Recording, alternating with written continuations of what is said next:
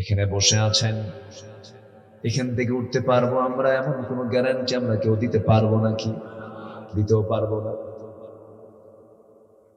এই ক্ষণস্থায়ী জীবনের জন্য কত স্বপ্ন, কত চিন্তা, কত কল্পনা জল্পনা আমরা করে থাকি, কিন্তু আল্লাহ রাব্বুল আলামিন বলছেন, বান্দারে শোনো, ওয়ালাল আখিরাতু খায়রুন লাকা মিনাল উলা ওয়াল আখিরাতু খায়রু ওয়া আবকা ওয়াল্লাহু ইনদাহু হুসনুল মাআব। জোরে বলুন আল্লাহু আকবার। আল্লাহর কাছে ফিরে যাওয়াটাই হলো উত্তম প্রত্যাবর্তন স্থল। সে আল্লাহর কাছে যদি আমরা ভালো কিছু নিয়ে যেতে পারি, এটাই তো সফলতা। যদি আল্লাহর কাছে আমরা ডান হাতের আমলনামা নিয়ে যেতে পারি, এটাই তো প্রকৃত সফলতা। যদি আমরা আল্লাহর কাছে তার পছন্দের বান্দা হয়ে যদি হাজির হতে পারি, এটাই তো আমাদের সফলতা। দুনিয়ার সব কিছু পেলাম, কিন্তু আল্লাহকে পেলাম না, সেই পাওয়ার কোনো সার্থকতা আছে? অতএব যা কিছু পেতে চাই কাকে সাথে নিয়ে? আসতে বলবেন না, কাকে সাথে নিয়ে? আল্লাহকে সাথে নিয়ে আমাকে পেতে হবে। তবে দুনিয়া যে লাগবে না তা না, দুনিয়া লাগবে। আল্লাহ তাআলা বান্দাকে দোয়া করতে বলছেন এক জায়গায়, আগে দুনিয়াই চাইতে বলেছেন। আল্লাহ রাব্বুল আলামিন বলেন, যারা পারেন ঠোঁট মিলিয়ে বলুন এই দোয়াটা আমার নবীজি পড়েছেন, রব্বানা আতিনা ফিদ দুনিয়া হাসানাতাও ওয়া ফিল আখিরাতি হাসানাতাও ওয়া কিনা আযাবান নার ওয়াজআলনাল জান্নাতা মাআল আবরার। জোরে বলুন আল্লাহু আকবার। আল্লাহ তাআলা আমাকে দুনিয়ার হাসানা দান করো, আখিরাতের হাসানা দান করো, জাহান্নামের আগুন থেকে আমাকে বাঁচিয়ে দাও। এই জন্য আমার মন সুন্দর করার জন্য দুনিয়াকে সুন্দর করতে হবে, আমল দিয়ে, ইমানদারের ইমানের গুণ দিয়ে নিজের জীবনকে গুণান্বিত করতে হবে। জন্মসূত্রে মুসলমান ঘরে জন্ম নিলাম, আমি জান্নাত পাবো না। জন্মসূত্রে আমি মুসলিম হলাম, জান্নাত পাবো না। জান্নাত পাওয়ার জন্য জন্মগত পরিচয় দরকার না ঈমান থাকা দরকার? কি থাকা দরকার? ঈমান থাকা দরকার। আমার দেশে জন্মসূত্রে এমনও মুসলিম আছে, আমার দেশে জন্মসূত্রে এমনও মুসলিম আছে যারা ইউরোপ আমেরিকার ইহুদি খ্রিস্টানদের চেয়েও জঘন্য। আছে কিনা বলেন? একটা পত্রিকা আছে, প্রথম আলো। এটা প্রথম আলো না, এটা প্রথম অন্ধকার। এরা লেগেছে ইসলামের বিরুদ্ধে, আর একটি পক্ষকে খুশি করার জন্য নানামুখী ষড়যন্ত্র করছে। জাহাঙ্গীরনগর ইউনিভার্সিটি আজ থেকে বেশ কয়েক বছর আগে জাহাঙ্গীরনগর ইউনিভার্সিটির ক্যাম্পাসে তৎকালীন সরকারের আমলে একটি নির্দিষ্ট দলের একজন নেতা, ছাত্রলীগের একজন নেতা, সে 100টা নারীর জীবন নষ্ট করে, ধর্ষণ করে ক্যাম্পাসে প্রকাশ্যে মিষ্টি বিতরণ করেছিল। যেরকম নাউজুবিল্লাহ।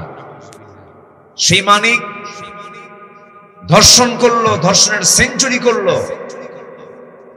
সেই ছাত্রলীগ যদি দাপুটে সেই জাহাঙ্গীরনগর ইউনিভার্সিটি যদি তারা পলিটিক্স করতে পারে, সেখানে একটি স্বতন্ত্র সংগঠন, ইসলামী সংগঠনের একটি অন্যতম দল ছাত্র শিবির সেখানে ওপেন হয়েছে। প্রথম আলোর খুব গায়ে লেগেছে। প্রথম আলো এটাকে নিয়ে খুব বাজে কথা বলছে। প্রথম আলোর নাম আর আমরা আলো দেখতে চাই না, এটা প্রথম অন্ধকার। ঠিক কিনা? এটা প্রথম অন্ধকার। সম্মানিত ভাইয়েরা, সম্মানিত বন্ধুগণ, এখনো আমার দেশে বহু বাম রামের আসানা নাই, বহু বাম রামের আসানা নাই, ওত পেতে আছে। সুযোগ বুঝে অনেক কিছুই করার চেষ্টা করবে। কিন্তু সক্ষমভাবে মোকাবেলা করতে হবে আমাদের। সবাই রাজি আছেন তো ইনশাআল্লাহ? সম্মানিত ভাইরা, যুগে যুগে সুযোগ সন্ধানী কিছু লোক ছিল, এখনো আছে, সামনেও থাকবে। বিগত 16 বছরের ওই সরকারের আমলে সর্বোচ্চ সুযোগ সুবিধা গ্রহণ করেছে এমন কিছু কাঠমোল্লাও কিন্তু ছিল। আসতে ছিল কিনা বলেন? একটি সুবিধাবাদী দল জাতীয় পার্টি, এই জাতীয় পার্টি এটাও দীর্ঘ 16 বছর তাদের ছত্র ছায়ায় এই অপকর্মের এই বিশাল ফেরিস্তি তাদের সহযোগিতায় করা সম্ভব হয়েছিল। সেই জাতীয় পার্টি আবার এখন উকি মারে, মাঝে মাঝে উল্টা পাল্টা বক্তব্য দেয়, যে অন্যায় করে এবং যে অন্যায়কে সমর্থন দেয়, অপরাধ কি অসমান না সমান? অসমান না সমান? আমার তো মনে হয় মুনাফিকদেরকে ছাড় দেওয়ার সময় আর নাই। আসতে বলবেন না, জোরে বলুন ঠিক কিনা? বাইতুল মুকাররমের যিনি খতিব ছিলেন, তার বাবা, আমরা কেন বলবো না, অবশ্যই তিনি আল্লাহওয়ালা মানুষ ছিলেন, আল্লামা শামসুল হক ফরিদপুরি রাহিমাহুল্লাহ। কিন্তু তার যে সন্তান, তিনি যে আচরণটা করেছেন, কওমি জননীর খেতাবদাতা, বাইতুল মুকাররমের খতিব হলেন, 5 আগস্টের পরের দিন থেকে নিখোঁজ, খতিব নাই। খতিব গেল কই? খতিব পালায়, এমন রেকর্ড বাংলার জমিনে নাই, তাও জাতীয় মসজিদ। 2 সপ্তাহ পরে খতিব আসছে তার সাঙ্গপাঙ্গ নিয়ে মসজিদ দখল করার জন্য, মেম্বার দখল করার জন্য। জনগণ উল্টা জুতা মারছে। জুতা মারার পর বিকেল বেলা সাংবাদিক সম্মেলন করে বলে, আল্লাহ পাক আমারে বাঁচাইছে, একটা জুতা আমার গায়ে লাগে নাই। কথা কি বুঝতেছেন আপনারা? কথা বোঝেন?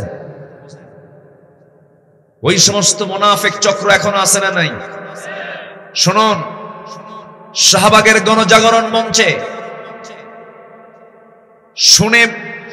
শুনে বা বইয়ে পড়ে ইতিহাস জানি না, স্বচক্ষে ইতিহাস দেখেছি।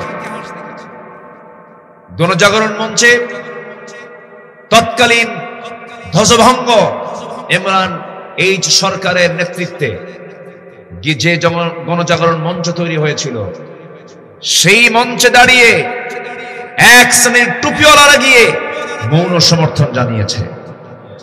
তাদের মুখে হক কথা মানায় না, তাদের মুখে বেশি গালগপ্প মানায় না, তাদের নাম কখনো আল্লামা হতে পারে না। এরা মুনাফিকের বাচ্চা, মুনাফিকের বাচ্চা, মুনাফিকের বাচ্চা। আছে না নাই? আসতে বলবেন না, আছে না নাই? এবং গিয়ে বললেন যে আমি আমার জীবনের শ্রেষ্ঠ আমল আজকে করতে পেরেছি। আমি গণজাগরণ মঞ্চে আসতে পেরে আমি আমার জীবনের শ্রেষ্ঠ আমল করতে পেরেছি। এটা কোনো কথা? তবে স্পষ্ট ভাষায় জানিয়ে দিতে চাই,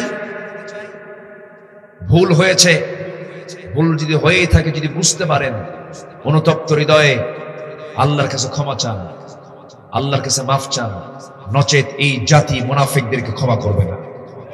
ঠিক কিনা? সম্মানিত ভাইয়েরা, অনেক কথা আছে এখানে, তো শুধু একটা দিন কথা বলি।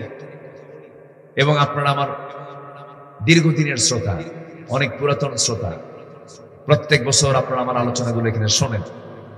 আজকে আমি সেই দিকটা ইঙ্গিত করতে চাই যেটা আমি শুরুতে শুরু করেছি। সেটা হলো, আমরা দুনিয়া চাই না আখিরাত চাই?